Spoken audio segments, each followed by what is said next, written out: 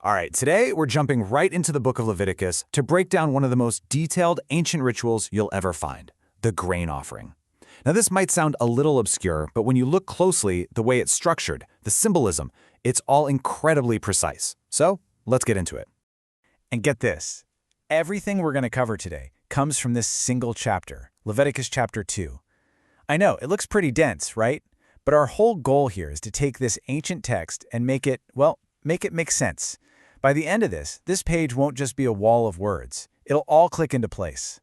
So, here's our game plan. First up, we're going to figure out what this offering actually is. Then we'll dive into the 3 different ways it could be made.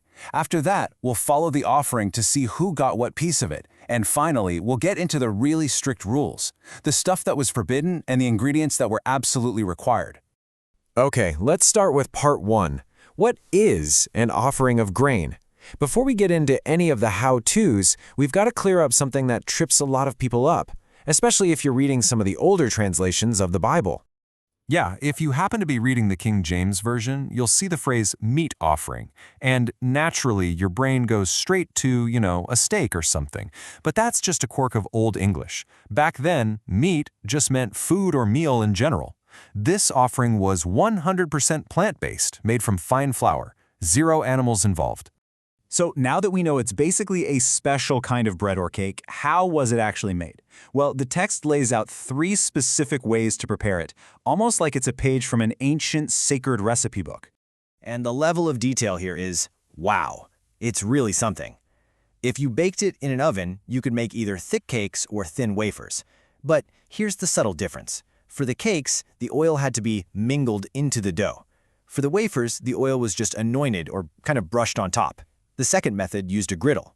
Here, you'd cook the bread, break it into pieces, and then pour the oil over it.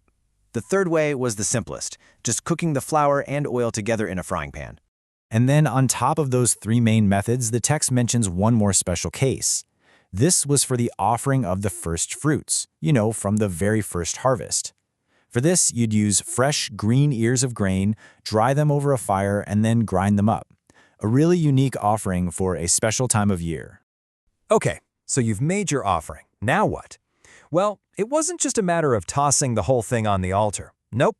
There was a very specific ritual for how it was divided up, a process that involved both the altar and the priests themselves. So picture this. The person making the offering brings it to the priest. The priest then takes just a symbolic handful. This part is called the memorial. That memorial piece, along with any frankincense, is the part that gets burned on the altar. And all the rest of it, the remainder, that belongs to the priests. It was their food.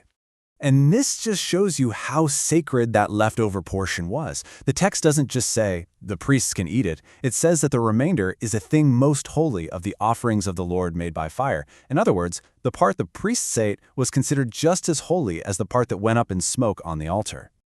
Now that we see how it all worked, let's rewind a bit and talk about the rules for the ingredients, because just like any important recipe, there were some big absolute don'ts.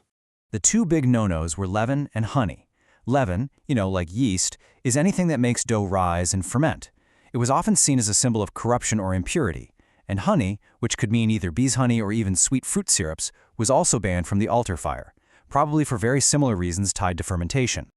All right, so we've covered what you can't use. Now let's flip that around and look at what was absolutely essential, the core components that had to be in every single grain offering, no exceptions. There were 4 key things. First, you have your base, the fine flour and the oil. Then you add the frankincense, which is this amazing-smelling incense that was burned to create what the Bible calls a sweet savor. And then there's the last one, the crucial one, salt.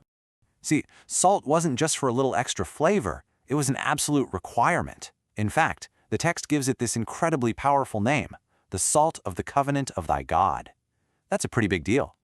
And the command couldn't be more direct. It says, "Neither shalt thou suffer the salt of the covenant of thy God to be lacking. With all thine offerings thou shalt offer salt."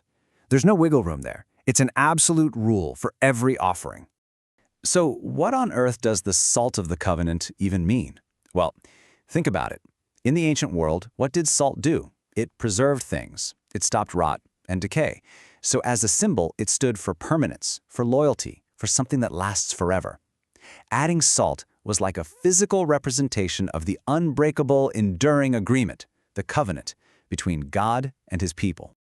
So when you put all these pieces together, you realize this chapter isn't just a dusty old list of rules. It's a precise, meaningful recipe for an act of worship. And it kind of makes you think, doesn't it? It leaves us with this final question.